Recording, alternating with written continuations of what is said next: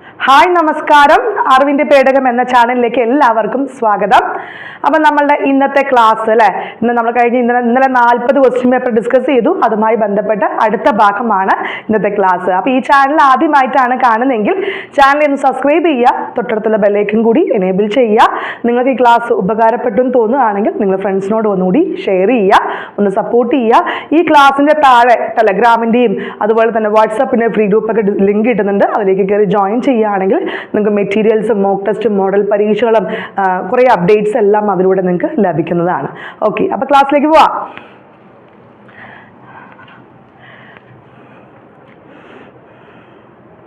ഇന്നലെ 40 ക്വസ്റ്റ്യൻ നമ്മൾ ഡിസ്കസ് ചെയ്തിട്ടുണ്ടായിരുന്നു അല്ലേ. അപ്പം 41ാമത്തെ ചോദ്യം നോക്കിയേ. തീരപ്രദേശം കേരളത്തിന്റെ മൊത്തം ഭൂവിസ്തൃതിയുടെ എത്ര ശതമാനമാണ് എന്നാണ് ചോദ്യം. 13 ആണോ, 12 ആണോ, 15 ആണോ, 10 ആണോ? എത്രയാണ് മക്കളെ ആൻസർ വരിക? എത്രയാണ്? ഓപ്ഷൻ ഡി ആണ് അല്ലെ, 10%. എത്രയാണ്?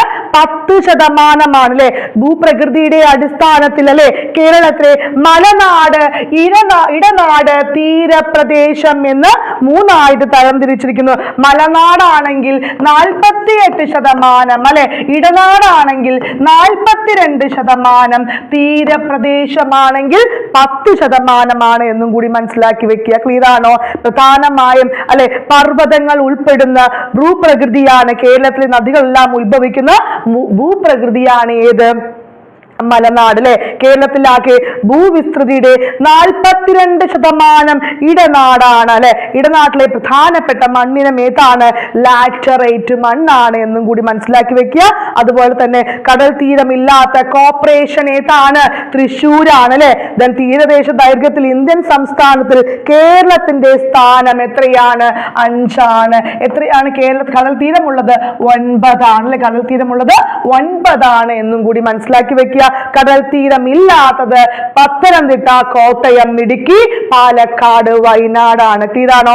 ഏറ്റവും കൂടുതൽ കടൽ തീരമുള്ള ജില്ല കണ്ണൂരാണെങ്കിൽ ഏറ്റവും കുറവ് കടൽ തീരമുള്ള ജില്ല കൊല്ലമാണ്. ഏറ്റവും കൂടുതൽ കടൽ തീരമുള്ള താലൂക്ക് ചേർത്തലയാണ് അല്ലെ. താലൂക്ക് ചേർത്തലയാണ്. കടൽ തീരം ഇല്ലാത്ത കോർപ്പറേഷൻ ചോദിക്കുകയാണെങ്കിൽ തൃശ്ശൂരാണ് എന്നും കൂടി മനസ്സിലാക്കി വെക്കുക. ഓക്കെ, അടുത്ത ചോദ്യം നോക്കിയേ. ചണം ഉൽപാദനത്തിൽ ലോകത്ത് 2ാം സ്ഥാനമുള്ള രാജ്യം ഏതാണ്? ഇപ്പോ മുമ്പത്തെ ക്വസ്റ്റ്യൻ പേപ്പർ ആയിരുന്നു. ഇപ്പൊ 1ാം സ്ഥാനമാണ്. ഏതാണ്? ഓപ്ഷൻ സി ഇന്ത്യയാണ് കേട്ടോ. ഏതാണ്? ഇന്ത്യയാണ് എന്നും കൂടി മനസ്സിലാക്കി വെക്കുക. ചണം ഒരു ഖാരിഫ് വിളയ്ക്ക് ഉദാഹരണമാണ് കേട്ടോ. ലോകത്ത് ഏറ്റവും കൂടുതൽ ചണം ഉൽപ്പാദിപ്പിക്കുന്ന രാജ്യം ഇന്ത്യയാണ്. ചണം പ്രധാനമായി ഉൽപ്പാദിപ്പിക്കുന്ന പ്രദേശം ഗംഗാ ബ്രഹ്മപുത്ര ഡെൽറ്റ പ്രദേശമാണ്. ഏതാണ്? ഗംഗാ ബ്രഹ്മപുത്ര ഡെൽറ്റ പ്രദേശമാണ്. ഇന്ത്യയിലെ ഏറ്റവും കൂടുതൽ ചണ മില്ലുകളുള്ള സംസ്ഥാനം ഏതാണ്? പശ്ചിമ ബംഗാളാണ്. ഏതാണ്? ചണ മില്ലുകളുള്ള സംസ്ഥാനം ഏതാണ്? പശ്ചിമ ബംഗാളാണ്. ഏറ്റവും കൂടുതൽ ചണം കയറ്റുമതി ചെയ്യുന്ന തുറമുഖം ഏതാണ് മക്കളെ? അത് കൊൽക്കത്തയാണ്. അപ്പൊ ഏറ്റവും കൂടുതൽ ചണം കയറ്റുമതി ചെയ്യുന്ന തുറമുഖം ഏതാണ്? കൊൽക്കത്തയാണ്. സുവർണ നാര് എന്നറിയപ്പെടുന്ന ചണമാണ് അല്ലെ. ഇന്ത്യയിൽ ചണം ഉൽപ്പാദനം 1ാം സ്ഥാനത്തുള്ള സംസ്ഥാനം പശ്ചിമ ബംഗാളാണ്. ഗംഗാ ബ്രഹ്മപുത്ര ഡെൽറ്റ പ്രദേശം ഏറ്റവും കൂടുതൽ ചണം ഉൽപ്പാദിപ്പിക്കുന്ന പ്രദേശമാണ് എന്നും കൂടി മനസ്സിലാക്കി വെക്കുക. ക്ലിയർ ആണോ? മികച്ച തദ്ദേശ സ്വയംഭരണ സ്ഥാപനങ്ങൾക്ക് കേരള സർക്കാർ നൽകുന്ന ട്രോഫി ഏതാണ്? സ്വരാജ് ട്രോഫിയാണോ? നെഹ്റു ട്രോഫിയാണോ? ദിലീപ് ട്രോഫിയാണോ? സന്തോഷ് ട്രോഫിയാണോ? ആൻസർ ഏതാ വരിക മക്കളെ? ഓപ്ഷൻ എ ആണ് അല്ലെ. സ്വരാജ് ട്രോഫിയാണ് അല്ലെ. സ്വരാജ് ട്രോഫിയാണ്. നെഹ്റു ട്രോഫി എന്തിനാണ്? വള്ളംകളിയുമായി ബന്ധപ്പെട്ടതാണ് നെഹ്റു ട്രോഫി. എപ്പോഴാണ്? 1952 വെള്ളംകളി, നെഹ്റു ട്രോഫി വെള്ളംകളി ആദ്യമായിട്ട് വന്നത് എന്നും കൂടി മനസ്സിലാക്കി വെക്കുക. ആദ്യകാല നാമമാണ് പ്രൈം മിനിസ്റ്റേഴ്സ് ട്രോഫി എന്ന് എന്നറിയപ്പെടുന്ന ഓളപ്പരപ്പിലെ ഒളിമ്പിക്സ് എന്നറിയപ്പെടുന്ന എന്താണ്? നെഹ്റു ട്രോഫിയാണ്. ദെൻ സന്തോഷ് ട്രോഫി എന്തിനാ മക്കളെ കൊടുക്കുന്നത്? എന്തിനാ സന്തോഷ് ട്രോഫിയിലെ അന്തർ സംസ്ഥാന ഫുട്ബോൾ മത്സരത്തിനുമായിട്ട് ബന്ധപ്പെട്ടതാണ് സന്തോഷ് ട്രോഫി. ദിലീപ് ട്രോഫി അല്ല, ദുലീപ് ട്രോഫി എന്ന് പറയും. അത് ക്രിക്കറ്റുമായി ബന്ധപ്പെട്ട ട്രോഫിയാണ്. എന്താണ്? ദുലീപ് ട്രോഫി ട്ടോ. അപ്പൊ അത് മാറിപ്പോകണ്ട. അതുപോലെ തന്നെ 2024 ഫെബ്രുവരിയിൽ നടന്ന 77ാമത് സന്തോഷ് ട്രോഫി ടൂർണമെന്റ് വേദി ഏതായിരുന്നു? അരുണാചൽ പ്രദേശ് ആയിരുന്നു. ആരായിരുന്നു ജേതാക്കള്? ആരാണ് മക്കളെ? സർവീസസ് ആണ്. സർവീസസ് ആണ്. റണ്ണറപ്പ് ഗോവയാണ് ട്ടോ. റണ്ണറപ്പ് ഗോവയാണ് എന്നും കൂടി മനസ്സിലാക്കി വെക്കുക. അതുപോലെ ഈ സന്തോഷ് ട്രോഫി സർവീസ് 7ാം തവണയാണ്, 7 തവണ നേടിയിട്ടുണ്ട് എന്നും കൂടി ഓർത്തു വെക്കുക. 2023 76ാമതിലെ വിന്നർ കർണാടകയായിരുന്നു ട്ടോ. കിരീടം 54 വർഷത്തിന് ശേഷം ലഭിച്ചതാണ്. റണ്ണറപ്പ് മേഘാലയ ആയിരുന്നു. അതിന്റെ ആ വേദി സൗദി അറേബ്യ ആയിരുന്നു ട്ടോ. അതും കൂടെ ഒന്ന് മനസ്സിലാക്കി വെക്കുക. ദെൻ കേരളം ആദ്യമായിട്ട് സന്തോഷ് ട്രോഫി നേടിയത് 1973 എപ്പോഴാണ്? 1973 കേരളം ആദ്യമായിട്ട് സന്തോഷ് ട്രോഫി നേടിയത് എന്നും കൂടി മനസ്സിലാക്കി വെക്കുക. ക്രിക്കറ്റുമായി ബന്ധപ്പെട്ട് എന്തൊക്കെയാണ്? Duleep trophy, then Ashish cup അല്ലെ. ആശിഷ് കപ്പ് ഏതുമായിട്ടാണ്? ക്രിക്കറ്റ് ആണ്. ഇറാനി ട്രോഫി, വിസി ട്രോഫി, പിന്നെ വിജയ് ഹസാരെ ട്രോഫി, വിജയ് മർച്ചന്റ് ട്രോഫി, അതൊക്കെ ഏതുമായി ബന്ധപ്പെട്ടതാണ്? ക്രിക്കറ്റുമായിട്ട്. Charminar challenge trophy, then Vizzy trophy ഒക്കെ ഇതിനാണ്? ക്രിക്കറ്റുമായിട്ട് ബന്ധപ്പെട്ടതാണ് അല്ലെ. കേരള പിറവി ദിനത്തിൽ നടക്കുന്ന വള്ളംകളി ഏതാണ്? പ്രസിഡന്റ്സ് ട്രോഫിയാണ് കേട്ടോ. അതും കൂടെ മനസ്സിലാക്കി വെക്കുക. ദെൻ 69ാമത് നെഹ്റു ട്രോഫി 2023 ഓഗസ്റ്റിൽ നടന്നത് കിരീടം ചൂടിയത് വിയ്യാപുരമാണ്. ഏതാണ്? വിയ്യാപുരമാണ്. 2024 വരുന്നതേ ഉള്ളൂ അല്ലെ. അപ്പോ 69ാമത് നടന്നത് വിയ്യാപുരമാണ്. 68ാമതായിരുന്നു മഹാദേവി കാട്ടുതൈക്കലായിരുന്നു. നെഹ്റു ട്രോഫി ആരംഭിച്ച് നമ്മൾ പറഞ്ഞു 1952 ഓളപ്പരപ്പിലെ ഒളിമ്പിക്സിലെ. നെഹ്റു ട്രോഫി നടക്കുന്ന എവിടെയാണ്? പുന്നമടക്കായലിലാണ്. ആദ്യം പ്രൈം മിനിസ്റ്റർ ട്രോഫി എന്നറിയപ്പെടുന്നു. ജലത്തിലെ പൂരം എന്നറിയപ്പെടുന്ന എന്താണ്? ആറന്മുള വള്ളം കളിയാണ് എന്നും കൂടി മനസ്സിലാക്കി വെക്കുക. ദെൻ താഴെ തന്നിരിക്കുന്ന പ്രസ്താവനയിൽ ശരിയായത് കണ്ടെത്തുക. സ്വതന്ത്ര ഇന്ത്യയിൽ ആദ്യമായി വ്യാവസായിക നയം രൂപീകരിച്ചത് 1948 എന്ന് പറയുന്നു. ശരിയാണോ? ദെൻ ഇന്ത്യൻ ആസൂത്രണത്തിന്റെ പിതാവ് എന്നറിയപ്പെടുന്ന ജവഹർലാൽ നെഹ്റുവാണ്. ആസൂത്രണ കമ്മീഷൻ 1950 അല്ലെ. 1950 ഓഗസ്റ്റ് 15 നിലവിൽ വന്നു. MN റോയ് ആവിഷ്കരിച്ച പദ്ധതിയാണ് ജനകീയ പദ്ധതി എന്ന് പറയപ്പെടുന്നു. ദെൻ സ്വതന്ത്ര ഇന്ത്യയിൽ ആദ്യമായി വ്യവസായിക നയം രൂപീകരിച്ചത് 1948 എന്ന് പറയുന്നു. ശരിയാണ്. ദെൻ ഇന്ത്യൻ ആസൂത്രണത്തിന്റെ പിതാവ് എന്നറിയപ്പെടുന്ന നെഹ്റുവാണ്. അല്ല, വിശ്വേശ്വരയ്യാണ്. ആരാണ്? വിശ്വേശ്വരയ്യാണ്. ആസൂത്രണ കമ്മീഷൻ 1950 ഓഗസ്റ്റ് 15 അല്ല. എപ്പോഴാണ്? മാർച്ച് മാസം 15 അപ്പൊ അതും തെറ്റാണ്. MN റോയ് ആവിഷ്കരിച്ച പദ്ധതിയാണ് ജനകീയ പദ്ധതി. അത് ശരിയാണ്. 1ഉം 4ഉം മാത്രമാണ് ശരി. ഏതാണ് ഓപ്ഷൻ വരിക? ഓപ്ഷൻ ഡി ആണ് വരിക അല്ലെ. ഏതാണ് മക്കളെ? ഓപ്ഷൻ ഡി ആണ് കറക്റ്റ് ആയിട്ടുള്ള ആൻസർ എന്നും കൂടി മനസ്സിലാക്കി വെക്കുക. ക്ലിയർ ആണോ? ജവഹർലാൽ നെഹ്റു അവതരിപ്പിച്ചത് പഞ്ചവത്സര പദ്ധതി അല്ലെ. അവതരിപ്പിച്ചത് ആരാണ്? ജവഹർലാൽ നെഹ്റു ആണ്. 1951 ഏപ്രിൽ 1 ആരംഭിച്ചത് അല്ലെ. അതും കൂടി ഒന്ന് മനസ്സിലാക്കി വെക്കുക. 45ാമത്തെ ചോദ്യം. താഴെ കൊടുത്തിരിക്കുന്ന പഞ്ചവത്സര പദ്ധതികൾ ഉചിതമായത് ഏതാണ്? 5ാം പഞ്ചവത്സര പദ്ധതി 1974 മുതൽ അല്ലെ 74 മുതൽ 79 കാലയളവിൽ ദാരിദ്ര്യ നിർമ്മാർജ്ജനത്തിനായി പ്രാധാന്യം നൽകി എന്ന് പറയുന്നു. അതവിടെ ശരിയാണോ? അത് ശരിയാണ് അല്ലെ. എന്താണ്? 5ാം പഞ്ചവത്സര പദ്ധതി അധ്യക്ഷനായിരുന്നു ആര്? ഇന്ദിരാഗാന്ധി ആയിരുന്നു. ധർമ്മോഡ് അല്ലെ. ഗരീബി ഹട്ടാവോ എന്ന മുദ്രാവാക്യം ഏതുമായി ബന്ധപ്പെട്ടതാണ്? 5ാം പഞ്ചവത്സര പദ്ധതിയുമാണ് തയ്യാറാക്കിയത് ദറാണ്. അതാണ് ദർ മോഡൽ എന്ന് പറയുന്നത്. ദാരിദ്ര്യ നിർമ്മാർജ്ജനവുമായി ബന്ധപ്പെട്ടതാണ്. പിന്നെ എന്താണ് മൊറാർജി ഗവൺമെന്റ് അധികാരത്തിൽ വന്നതോടെ അത് നിർത്തലാക്കിയ പദ്ധതിയും കൂടി ഏതാണ്? 5ാം പഞ്ചവത്സര പദ്ധതിയാണ്. ദെൻ 7ാം പഞ്ചവത്സര പദ്ധതി 1985 1990 കാലയളവിൽ തൊഴിലവസരങ്ങളുടെ വർധനവിന് പ്രാധാന്യം കൊടുത്ത് ആധുനികവൽക്കരണം. അത് ശരിയാണോ? അതവിടെ ശരിയാണ്. ദെൻ 10ാം പഞ്ചവത്സര പദ്ധതിയിലെ 7ാം പഞ്ചവത്സരത്തിൽ പ്രധാനമന്ത്രി ആരായിരുന്നു? രാജീവ് ഗാന്ധി ആയിരുന്നു. ഉപാധ്യക്ഷൻ മൻമോഹൻ സിംഗുമായിരുന്നു എന്നും കൂടി മനസ്സിലാക്കി വെക്കുക. ദെൻ 10ാം പഞ്ചവത്സര പദ്ധതി 2002-2007 കാലയളവിലാണ് എന്ന് പറയുന്നു. അതും ശരിയാണ് അല്ലെ. ദെൻ 10ാം പഞ്ചവത്സര കേരള മോഡൽ വികസന പദ്ധതി പ്രധാനമന്ത്രി AP വാജ്പേയി ആണ് എന്നും കൂടി മനസ്സിലാക്കി വെക്കുക. ക്ലിയർ ആണോ? ദെൻ 12ാം പഞ്ചവത്സര പദ്ധതി 2012-2017 കാലയളവിൽ മാനവശേഷി വികസനവുമായി ബന്ധപ്പെട്ടതാണ് എന്ന് പറയുന്നു. തെറ്റാലേ? അതെന്താണ്? സുസ്ഥിര വികസനം. എന്താണ്? സസ്റ്റൈനബിൾ ഡെവലപ്മെന്റ് അല്ലെ. സുസ്ഥിര വികസനവുമായി ബന്ധപ്പെട്ടതാണ് ഏത്? 12ാം പഞ്ചവത്സര പദ്ധതി. ഇന്ത്യൻ പ്രധാനമന്ത്രി ആ സമയത്ത് ആരായിരുന്നു? മൻമോഹൻ സിംഗ് ആയിരുന്നു. അപ്പൊ 1ഉം 2ഉം 3ഉം മാത്രമാണ് ശരി.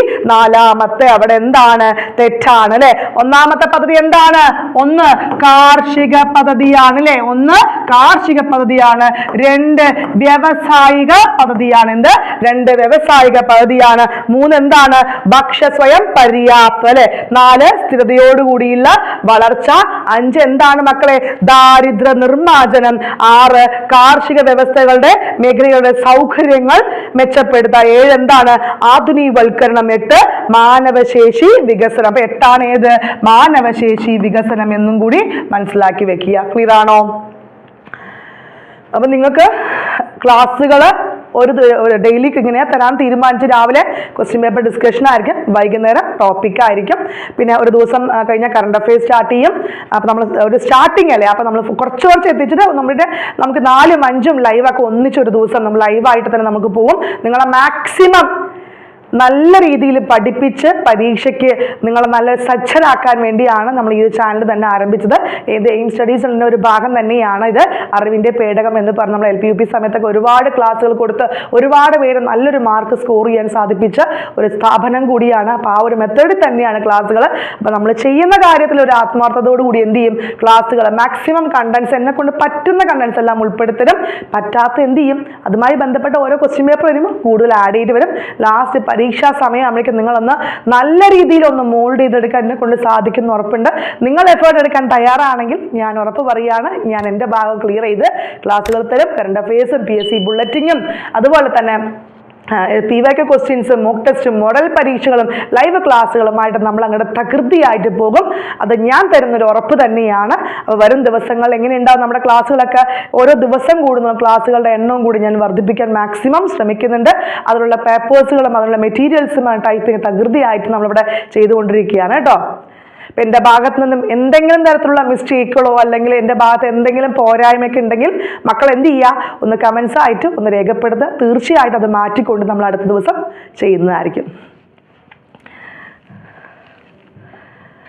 അടുത്ത ചോദ്യം നോക്കിയേ മക്കളെ. ലിക്വിഡ് പാർട്ടി ഏതു രാജ്യത്തെ രാഷ്ട്രീയ പാർട്ടിയാണ് എന്നാണ് ചോദ്യം. ജപ്പാനാണോ, ജർമ്മനിയാണോ, ഇറ്റലിയാണോ, ഇസ്രായേലാണോ? ഏതാണ്? നാഷണൽ ലിബറൽ മൂവ്മെന്റ് എന്നറിയപ്പെടുന്ന പാർട്ടിയാണ് ലിക്വിഡ് പാർട്ടി. ഏതു രാജ്യത്തിൻ്റെയാണ്? ഓപ്ഷൻ ഡി ഇസ്രായേൽ ആണ് കേട്ടോ. എപ്പോഴാണ് വന്ന്? 1973 എന്നും കൂടി മനസ്സിലാക്കി വെക്കുക. ദെൻ പ്രഭു സഭ എന്നറിയപ്പെടുന്ന ഏതു രാജ്യത്തെ സഭയാണ്? പ്രഭു സഭ അല്ലെങ്കിൽ ഹൗസ് ഓഫ് ലോർഡ്സ് എന്നും അറിയപ്പെടുന്നു കേട്ടോ. അത് ഏത് രാജ്യത്തിൻ്റെയാണ്? ഓപ്ഷൻ സി ഇംഗ്ലണ്ട് ആണ്. ഏതാണ്? ഇംഗ്ലണ്ട് ആണ്. UK പാർലമെന്റ് ഏതാണ്? UK ആണെങ്കിൽ ഉപരിസഭയാണ്. UK ആണെങ്കിൽ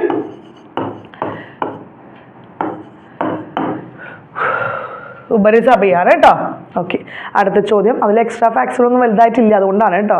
ദെൻ നമ്മുടെ അറിവിൻ്റെ പേടകത്തിൻ്റെ ഒരു ചാനൽ നെയിംസിൻ്റെ ഭാഗമായിട്ട് നമ്മൾ നിങ്ങൾക്ക് ആവശ്യമുള്ളവർക്ക് വേണ്ടിയിട്ട് LGSന് വേണ്ടിയിട്ട് 50 മോഡൽ പരീക്ഷ പ്ലസ് 25 ലൈവ് ക്ലാസ്സുകൾ. അതായത് ഈ 50 മോഡൽ പരീക്ഷ എന്ന് പറയുമ്പോൾ 25 PYQ പ്ലസ് 25 മോഡൽ പരീക്ഷകൾ ഉണ്ടാവും. അതെങ്ങനെയാണോ സിലബസ് അതേ രീതിയിലുള്ള ക്വസ്റ്റ്യൻ പേപ്പർ ആയിരിക്കും. അതുമായി ബന്ധപ്പെട്ടുള്ള എക്സ്ട്രാ ഫാക്ട്സുകളും മാത്സ് ആണെങ്കിൽ എൻ്റെ സൊല്യൂഷൻ എല്ലാം ഉൾപ്പെടുത്തിയിട്ടായിരിക്കും ഈ ഒരു കോഴ്സ് ലഭിക്കുക. അതുപോലെ അത് പർച്ചേസ് ചെയ്യുന്ന എല്ലാവർക്കും 25 ലൈവ് ക്ലാസ്സുകൾ കൂടി സൗജന്യമായിട്ട് എല്ലാ ഭാഗവും ഉൾപ്പെടുത്തിയിട്ടുള്ള സൗജന്യമായിട്ടുള്ള 25 ലൈവ് ക്ലാസ്സും ഉണ്ടാവും. നിങ്ങൾക്ക് എയിംസിൻ്റെ 999 രൂപയുടെ കോഴ്സ് ഉണ്ട്. റെക്കോർഡ് ക്ലാസ്സും മോക്ക് ടെസ്റ്റും മോഡൽ പരീക്ഷയും ലൈവ് ക്ലാസ് പേഴ്സണൽ മെൻറ്റർഷിപ്പോടെ ഉണ്ട്. അത് പർച്ചേസ് ചെയ്യുന്ന ആർക്കും ഇത് വേണ്ട, കാരണം ഇത് ഫ്രീ ആയിട്ട് ലഭിക്കും. ഇല്ല ഇത് മാത്രമാണ് എനിക്ക് മതി എന്ന് പറഞ്ഞാൽ എന്ത് ചെയ്യുക, ഇത് മാത്രം വെറും 249 രൂപയ്ക്കാണ് ലഭിക്കുക. 249 രൂപയ്ക്ക് നമുക്ക് എന്ത് കിട്ടുന്നുണ്ട്, 50 മോഡൽ പരീക്ഷകളാണ് കിട്ടുന്നത്. അതോടൊപ്പം 25 ലൈവ് ക്ലാസ്സുകളും കൂടി ഉണ്ടാവും. നിങ്ങൾക്ക് താല്പര്യമുള്ളവർ എന്ത് ചെയ്യുക, ജോയിൻ ചെയ്യുക. അല്ലാത്തവർ നമ്മുടെ ഫ്രണ്ട്സൊക്കെ ഉണ്ടെങ്കിൽ ഒന്ന് ഷെയർ ചെയ്യുക കേട്ടോ. ഏറ്റവും നല്ലൊരു അവസരം തന്നെയാണ് ക്ലാസ്സുകൾ. 249 രൂപ മാത്രമേ ഉള്ളൂ. കോൺടാക്ട് ചെയ്യുന്ന നമ്പർ 9446537080 എന്ന നമ്പറിലേക്ക് കോൺടാക്ട് ചെയ്താൽ മതി കേട്ടോ.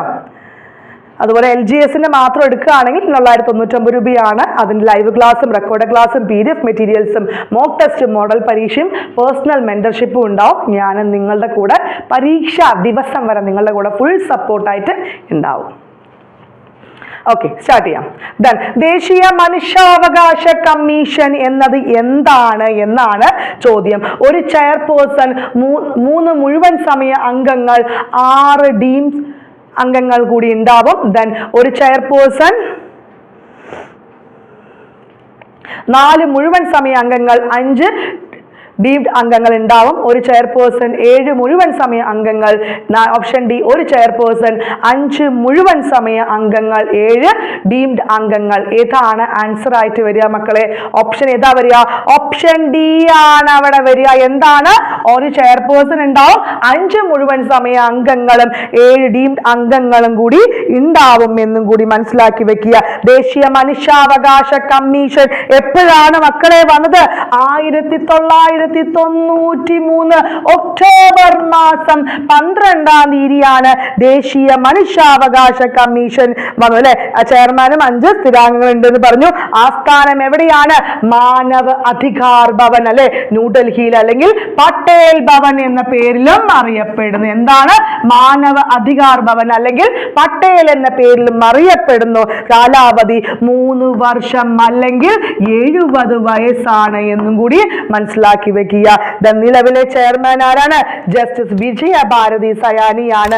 ആദ്യത്തെ ചെയർമാൻ രംഗനാഥ് മിശ്ര എന്നും കൂടി മനസ്സിലാക്കി വെക്കുക. ക്ലിയർ ആണോ? അടുത്ത ചോദ്യം, ആരുടെ നോവലാണ് വല്ലി?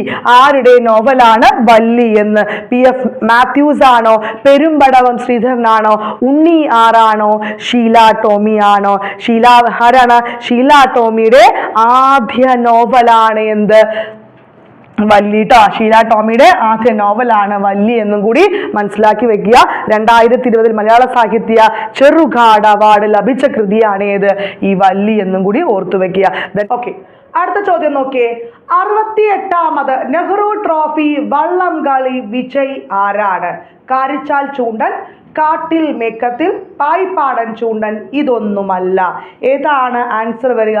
ഓപ്ഷൻ ഡി ആണ് വരിക അല്ലെ. എന്തുകൊണ്ടാന്ന് വെച്ചാൽ ഇവിടെ നമുക്ക് വേണമെങ്കിൽ കാട്ടിൽ മേക്കത്തിൽ എന്ന് പറയാം, പക്ഷെ ഇവിടെ എന്താണ്? മഹാദേവി എന്നുണ്ട് കേട്ടോ.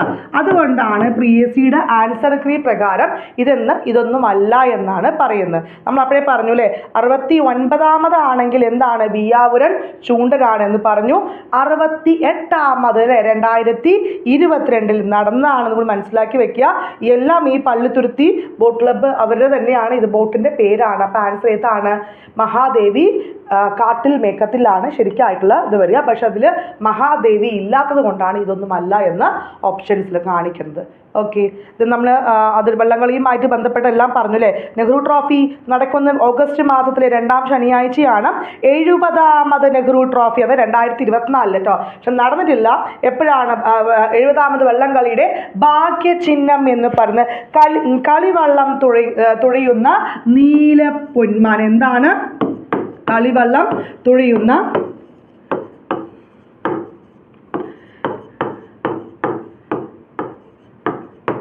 ഇത് 70ാമത്തെയാണ് 2024 ഭാഗ്യചിഹ്നമാണ്. എന്താ കളിവള്ളം തുഴയുന്ന പൊന്മാൻ എന്ന്.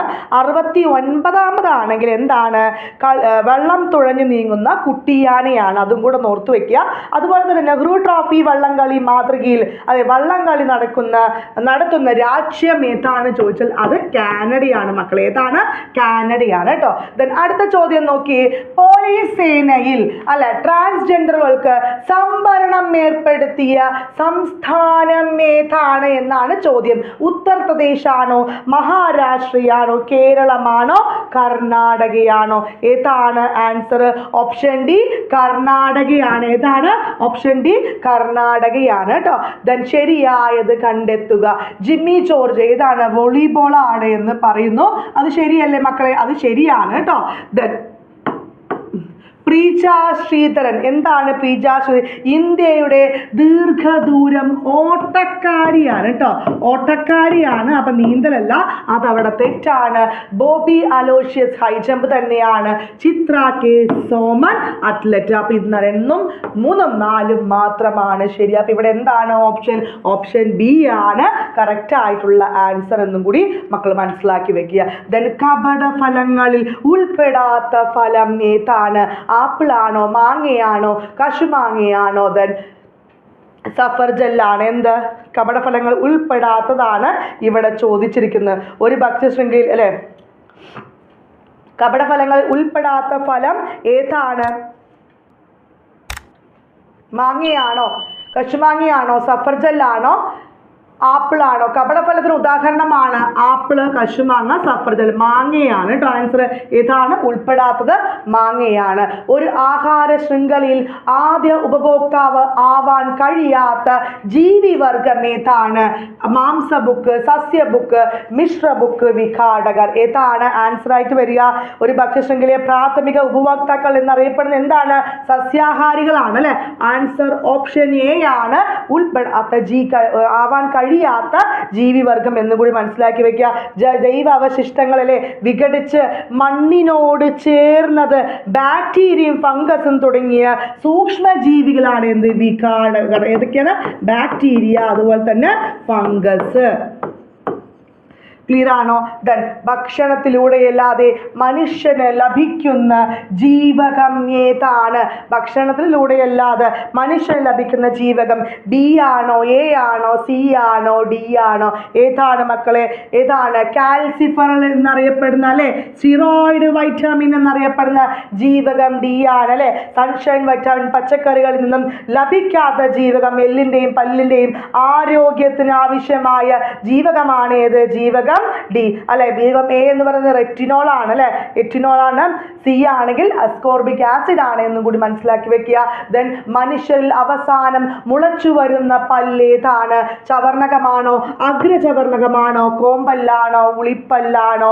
ഏതാണ്? പല്ലിലെ കുറിച്ചുള്ള പഠനമാണ് ഓഡന്റോളജി ആണ് അല്ലെ. ദെൻ അഗ്രചവർണകം എത്രയാണ്? 8 ആണ്.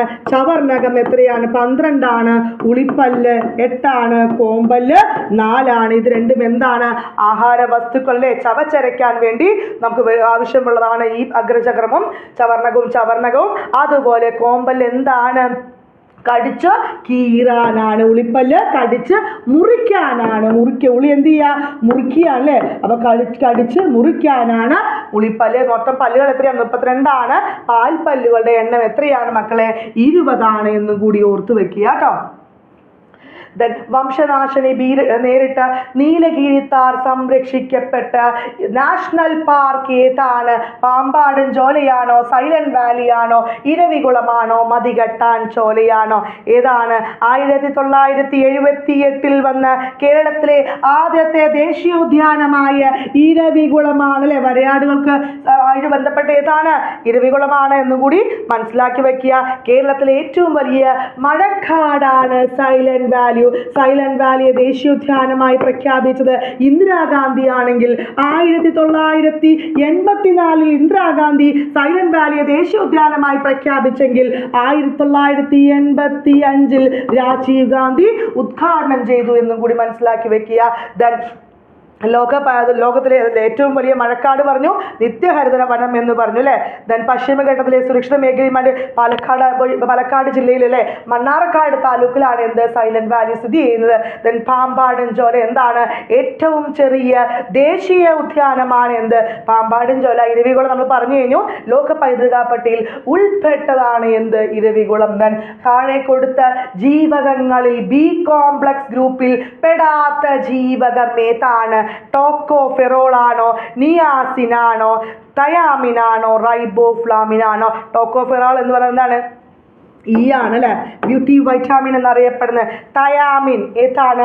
തയാമിൻ വരുന്നത് B1 ആണ് തയാമിൻ വരിക. നിയാസിൻ B3 ആണ്.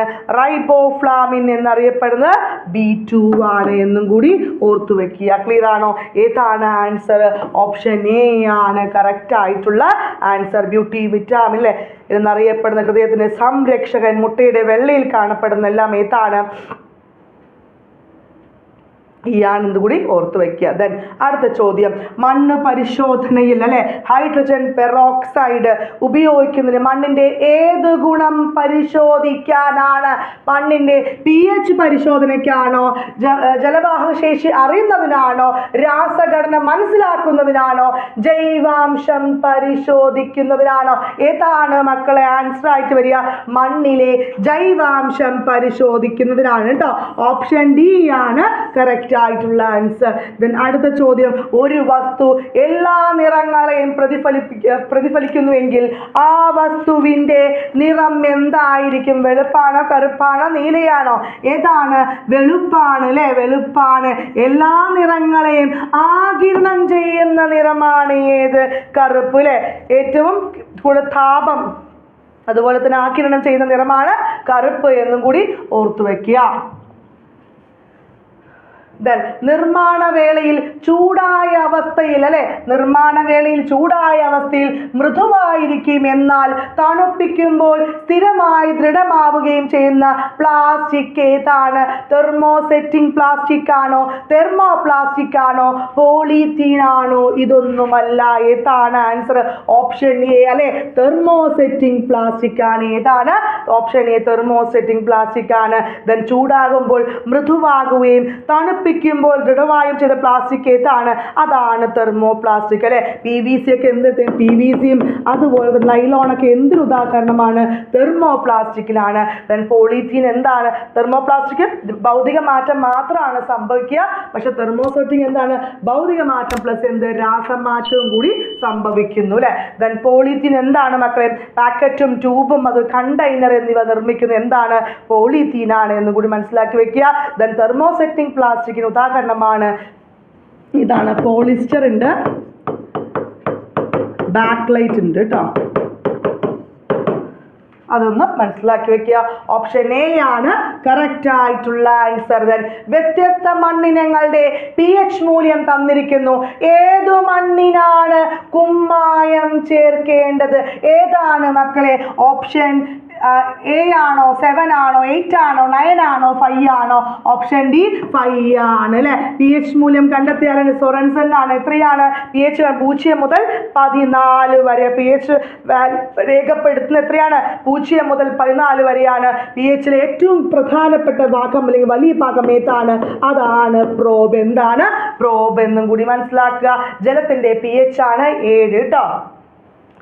ദെൻ അടുത്ത ചോദ്യം നോക്കിയേ, സമതല ദർപ്പണം രൂപീകരിക്കുന്ന പ്രതിബിംബത്തിന്റെ സവിശേഷതകളെ കുറിച്ച് താഴെ കൊടുത്തിരിക്കുന്ന പ്രസ്താവനയിൽ ശരിയായത് ഏതാണ്?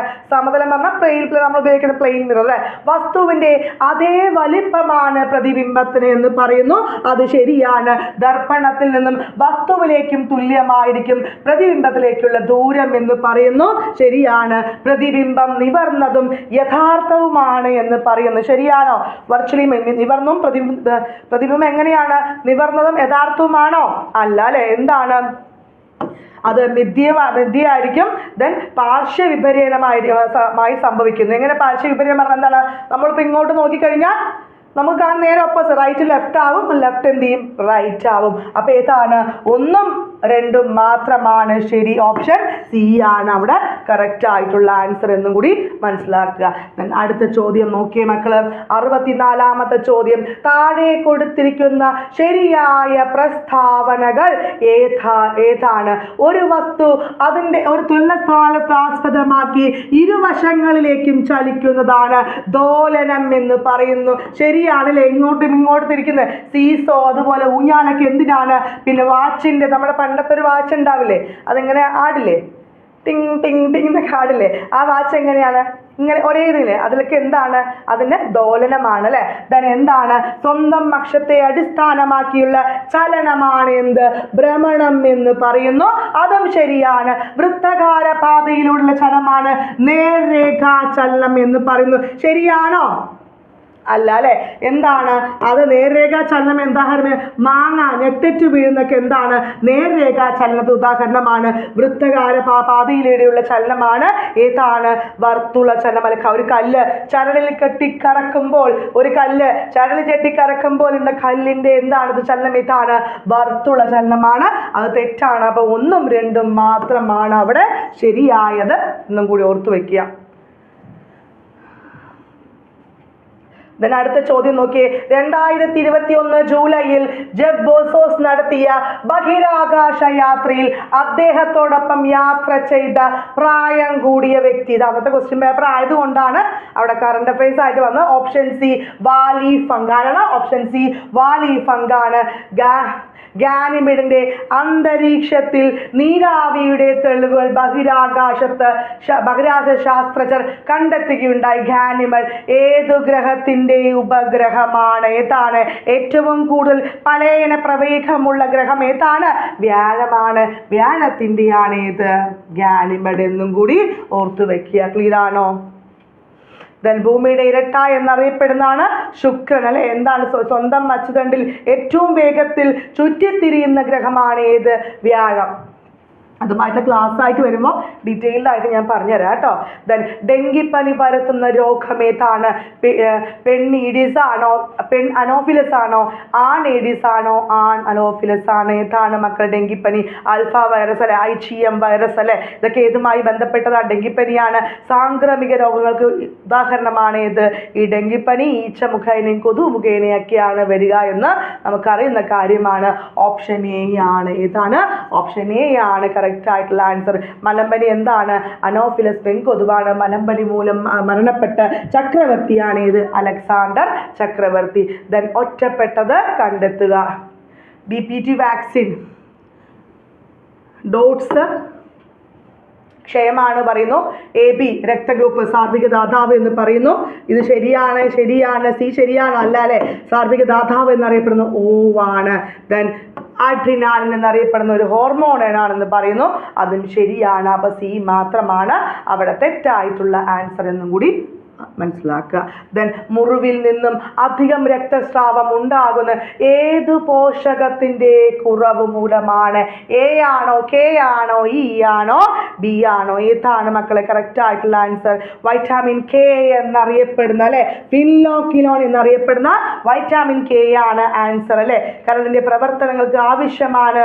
അത് രക്തം കട്ട പിടിക്കാൻ സഹായിക്കുന്ന രോഗം ഏതായിരിക്കും? ഹീമോഫീലിയ. എപ്പോഴാണ് ഹീമോഫീലിയ ദിവസം? ഏപ്രിൽ 17 കുടലിൽ ബാക്ടീരിയ നിർമ്മിക്കുന്ന ജീവകം കൂടിയാണ് ഏത്? K എന്നും കൂടി മനസ്സിലാക്കി വെക്കുക. നാക്കോ ഏത് രോഗവുമായി ബന്ധപ്പെട്ടതാണ്? നാക്കോ എന്താണ്? നാഷണൽ എയ്ഡ്സ് കൺട്രോൾ ഓർഗനൈസേഷൻ ആണ്. അപ്പം തന്നെ നമുക്ക് അറിയാൻ പറ്റും ആൻസർ ഏതാണ്? എയ്ഡ്സ് ആണ്. എയ്ഡ്സ് ആദ്യമായിട്ട് എപ്പോഴാണ്? 1981 ആദ്യമായിട്ട് HIV കണ്ടുപിടി. ലൂക്ക് മൊണ്ടെയ്നർ ആണ്. ഇന്ത്യയിലാണെങ്കിൽ ആദ്യമായിട്ട് ചെന്നൈയിലാണ് എന്ന് കൂടി മനസ്സിലാക്കി വെക്കുക. ദെൻ എയ്ഡ്സുമായി ബന്ധപ്പെട്ട ടെസ്റ്റ് ആണ് എലീസ ടെസ്റ്റ്, അല്ലെ? ദെൻ നേവ test, rapid test, western blot test, eastern blot test ഒക്കെ ഏതാണ്? എയ്ഡ്സുമായി ബന്ധപ്പെട്ടതാണ്. എയ്ഡ്സിന്റെ ലോക്കോ 1 ട്രിബൻ എന്ന് മനസ്സിലാക്കി വെക്കുക. എയ്ഡ്സ് സ്ഥിരീകരിക്കുന്ന ടെസ്റ്റ് ആണ് എന്ത്? Western blot test. Slim diseases ഒക്കെ അറിയപ്പെടുന്നത് എന്താണ്? എയ്ഡ്സ് ആണ് കേട്ടോ. ദെൻ ജനിതക രോഗം ഏതാണ്? എയ്ഡ്സിന്റെ RNA ആണ്. വൈറസ് അറിയപ്പെടുന്നത് റിട്രോ വൈറസ് എന്നാണ്. വൈറസ് അറിയപ്പെടുന്നത് റിട്രോവാണ്. ഇന്ത്യയിൽ നമ്മൾ പറഞ്ഞു ചെന്നൈ ആണ് എന്ന് കൂടി മനസ്സിലാക്കുക. എയ്ഡ്സ് ബാധിക്കുന്നത് എവിടെയാണ്? ലിംഫോസൈറ്റിനെയാണ്. എവിടെയാണ് മക്കളെ? ലിംഫോസൈറ്റിനെയാണ്. ദെൻ താഴെ കൊടുത്തിരിക്കുന്ന ജലജന്യ രോഗം ഏതാണ്? ക്ഷയമാണോ, മലേറിയ ആണോ, ചിക്കൻ ബോക്സ് ആണോ, കോളറയാണ്? ഏതാണ്? കോളറിയാണ് അല്ലേ? ബാധിക്കുന്നത് കുടലിലാണ്. കോളറിയാണ്. ക്ഷയം എവിടെയാണ്? ശ്വാസകോശത്തെയാണ് ബാധിക്കുക എന്നും കൂടി ഓർത്തു വെക്കുക. മലേറിയ എങ്ങനെയാണ്? കൊതുമുഖേന വരുന്ന രോഗമാണ്. Chicken box വായുവിലൂടെയാണ്. എലിപ്പനിയും മഞ്ഞപ്പനിയും ടൈഫോയിഡൊക്കെ എങ്ങനെയാണ്? ജലജന്യ രോഗം തന്നെയാണ്. ദെൻ അടുത്ത് കണ്ണിന്റെ ഏതു ഭാഗമാണ് മാറ്റിവെക്കാവുന്നത്? കണ്ണ് പൂർണ്ണമായും retina, optic nerve, then cornea. ഏതാണ് കണ്ണ് പൂർണ്ണമായിട്ട് മാറ്റിവെക്കുക? കോർണിയ ആണ് അല്ലേ? ദൃഢപടലത്തിന്റെ മുൻഭാഗം സുതാര്യമായിട്ട് മുന്നോട്ട് തള്ളി പ്രദർശിപ്പിക്കുന്ന എന്താണ്? അത് കോർണിയാണ്. കണ്ണിന്റെ കോർണിയാണ്. കണ്ണ് മുഴുവനായിട്ടല്ല മാറ്റിവെക്കുക, കോർണിയ മാത്രമാണ് മാറ്റിവെക്കുന്നത്. റെറ്റിന എന്താണ്? പ്രകാശനഗ്രാഹികൾ കാണപ്പെടുന്ന ആന്തരപാളിയാണ് റെറ്റിന. ദെൻ ഉത്തേജക മരുന്നിന്റെ സ്ഥിര ഉപയോഗം കായിക താരങ്ങൾക്ക് ഉണ്ടാകുന്ന മാറ്റങ്ങൾ ഏവ? മുഖക്കുരു, മാനസിക ചാഞ്ചാട്ടമുണ്ട്, പിന്നെ വർദ്ധിക്കുന്ന ആക്രമാസക്തത, മുകളിൽ കൊടുത്തവയെല്ലാം. ഏതാണ് മക്കളെ അവിടെ ആൻസർ ആയിട്ട് വരിക? ഓപ്ഷൻ ഡി എല്ലാം വരും. 3 മുഖക്കുരുവും വരും, മാനസികമായിട്ടുള്ള ചാഞ്ചാട്ടങ്ങൾ വരും, വർദ്ധിച്ചുള്ള അഗ്രസീവ് ആയിട്ടുള്ള സ്വഭാവങ്ങളും ഉണ്ടാവും. മുകളിൽ കൊടുത്തവയെല്ലാം ആൻസർ ആയിട്ട് ഓപ്ഷൻ ഡി ആണ് അവിടെ കറക്റ്റ് ആയിട്ടുള്ള ആൻസർ. ദെൻ അനിയന്ത്രിത കോശ വളർച്ച ഏത് രോഗത്തിന്റെ ലക്ഷണമാണ്? മെനിഞ്ചൈറ്റിസ് ആണോ, അർബുദമാണോ, ഹൃദയസ്പന്ദനമാണോ, പക്ഷാഘാതമാണോ? ഏതാണ്? അർബുദമാണ് ആൻസർ അല്ലേ? അർബുദം ബാധിക്കാത്ത അതേ അവയവം ഏതാണ്? ഹൃദയമാണ്. ആദ്യമായിട്ട് വേഗത്തിൽ വരുന്ന അവയവം ഏതാണ്? ഹൃദയം തന്നെയാണ് അല്ലേ? മെനിഞ്ചൈറ്റിസ് എന്താണ്? മസ്തിഷ്കത്തെ, തലച്ചോറിനെ അല്ലെ പൊതിഞ്ഞ് സംരക്ഷിക്കുന്ന 3 സ്തര പാളികളുടെ ആവരണമാണ് മെനിഞ്ചസ്. അതിനുണ്ടാകുന്ന അണുബാധയാണ് മെനിഞ്ചൈറ്റിസ് എന്നും കൂടി മനസ്സിലാക്കി വെക്കുക. ഇതിന് എന്താണ്? ഹൃദയം ശരീര ആവശ്യമായ അനുസരിച്ച് ഫലപ്രദമായിട്ട് രക്തം പമ്പ് ചെയ്യാതെ അവസ്ഥ വരുമ്പോൾ എന്ത്? ഹൃദയസ്പന്ദനം ഉണ്ടാകുന്നു. ദെൻ പക്ഷാഘാതം എന്താണ്? പക്ഷാഘാതം പറഞ്ഞാൽ എന്താണ്? സ്ട്രോക്ക് ആണ് അല്ലെ? കൂടുതലായിട്ട് ഈ BP പ്രഷറൊക്കെ ആയിട്ട് വരുമ്പോഴാണ് സ്ട്രോക്ക് വരിക. തലച്ചോറിലേക്കുള്ള രക്തക്കുഴൽ എന്ത്? പൊട്ടുന്ന അവസ്ഥയാണ് സെറിബ്രൽ ഹെമറേജും അല്ലെ? ഹെമറേജും ഉണ്ടാവും, അത് കട്ട പിടിക്കുന്ന അവസ്ഥയും ഉണ്ടാവും. ഇത് രണ്ടിനെ പറയുന്നത് എന്താണ്? സെറിബ്രൽ ഹെമറേജും അതുപോലെ സെറിബ്രൽ ത്രോംബോസിസുമാണ് എന്നും കൂടി മനസ്സിലാക്കി വെക്കുക. പൊട്ടുകയാണെങ്കിൽ അത് ഹെമറേജ് ആണ്. ദെൻ കട്ട പിടിക്കുകയാണെങ്കിൽ സെറിബ്രൽ ത്രോംബോസിസ് ആണ്. വിളർച്ച, അനീമിയ ഏതു ധാതുവിൻ്റെ കുറവ് മൂലമാണ്? കാൽഷ്യമാണോ, ഇരുമ്പാണോ, ദെൻ മഗ്നീഷ്യമാണോ, സോഡിയമാണോ? ഇരുമ്പാണ് അല്ലെ? എന്താണ്? ഹീമോഗ്ലോബിന്റെ കുറവ് അല്ലെ? രക്തത്തിൽ ഹീമോഗ്ലോബിന്റെ അളവ് കുറയുമ്പോൾ ഉണ്ടാകുന്ന അവസ്ഥയാണ് അനീമിയ. അത് ഇരുമ്പാണ് എന്ന് കൂടി മനസ്സിലാക്കി വെക്കുക. ദെൻ മനുഷ്യരിൽ ഏറ്റവും കൂടുതൽ ലോഹമാണ് ഏത്? കാൽഷ്യം അല്ലെ? ദെൻ കത്തി ഉപയോഗിച്ച് പോലും മുറിക്കാൻ പറ്റുന്ന ലോഹം കൂടിയാണ് ഏത്? സോഡിയം എന്നും കൂടി ഓർത്തു. കത്തി പോലും ഉപയോഗിച്ച് നമുക്ക് മുറിക്കാൻ പറ്റുന്ന ഒരു ലോഹമാണ് സോഡിയം. രാസസൂര്യൻ എന്നറിയപ്പെടുന്നതാണ് മഗ്നീഷ്യം. കേരളത്തിൽ സ്വാന്തന പരിചരണം നയം പാലിയോറ്റിക് കെയർ പോളിസി ഏതു വർഷമാണ് നിലവിൽ വന്നത്? 2008 എപ്പോഴാണ് മക്കളെ? 2008 77ാമത്തെ ചോദ്യം, താഴെ കൊടുത്തിരിക്കുന്നവയിൽ ലോകമാകെ കുട്ടികളുടെ നിശാന്തതയ്ക്ക് കാരണമായത് വൈറ്റമിൻ എയുടെ കുറവാണോ, ഗ്ലൂക്കോമയാണോ, തിമിരമാണോ, പ്രോട്ടീന്റെ കുറവാണോ? ഏതാണ് ആൻസർ? ഓപ്ഷൻ നൈറ്റ് ബ്ലൈൻഡ്നെസ് എന്നറിയപ്പെടുന്ന ഓപ്ഷൻ എ ആണ് അല്ലെ കറക്റ്റ് ആയിട്ട്. എയുടെ വിറ്റാമിൻ എയുടെ കുറവാണ്, രാത്രി കാഴ്ച കുറയുന്ന അവസ്ഥയാണ് അല്ലെ നൈറ്റ് ബ്ലൈൻഡ്നെസ് അല്ലെ, നിശബ്ദനായ കാഴ്ച ശക്തി അപഹാരി അല്ലെ ഗ്ലൂക്കോമ എന്നറിയപ്പെടും. അതുപോലെ തന്നെ പ്രായം കൂടുന്തോറും കണ്ണിന്റെ ലെൻസിന്റെ സുതാര്യത നഷ്ടപ്പെടുകയാണ് എന്ത്? തിമിരമാണെങ്കിൽ എന്താണ്? സമ്മർദ്ദം അല്ലെ, മർദ്ദം. നേത്രഗോളത്തില് മർദ്ദം അസാധാരണമായിട്ട് കൂടുന്ന അവസ്ഥ ഏതാണ്? അതാണ് ഗ്ലൂക്കോമ. കേരള ഗവൺമെന്റിന്റെ ആരോഗ്യ രംഗത്തെ ത്രിതല സംവിധാനത്തിൽ മൂന്നാമതായി വരുന്ന ആരോഗ്യ സ്ഥാപനം ഏതാണ്? താലൂക്ക് ആശുപത്രിയാണോ, മെഡിക്കൽ കോളേജ് ആണോ, ജില്ലാ ആശുപത്രിയാണോ, പ്രാഥമിക ആരോഗ്യ കേന്ദ്രമാണോ? ഏതാണ്? ഓപ്ഷൻ ബി മെഡിക്കൽ കോളേജ് ആശുപത്രിയാണ് എന്നും കൂടി മനസ്സിലാക്കി വെക്കുക. ഇന്ത്യയിലെ ഏത് സംസ്ഥാനമാണ് ശിശുമരണ നിരക്ക് ഏറ്റവും കുറവ് രേഖപ്പെടുത്തിയിട്ടുള്ളത്? ഗോവയാണോ, കേരളമാണോ, പശ്ചിമ ബംഗാളാണോ, കർണാടകയാണോ? ഏറ്റവും കുറവ് കേരളമാണ് അല്ലെ. ഏറ്റവും കൂടുതലാണെങ്കിൽ 2020 കണക്ക് പ്രകാരമാണെങ്കിൽ അത് മധ്യപ്രദേശാണ്. താഴെ കൊടുത്തിരിക്കുന്നതിൽ പ്രായപൂർത്തിയായ ഒരു വ്യക്തിയുടെ ശരീര അനുപാതം എത്രയാണ്? എന്താണ്? BMI, ബോഡി മാസ് ഇൻഡെക്സ് ആണ് കേട്ടോ.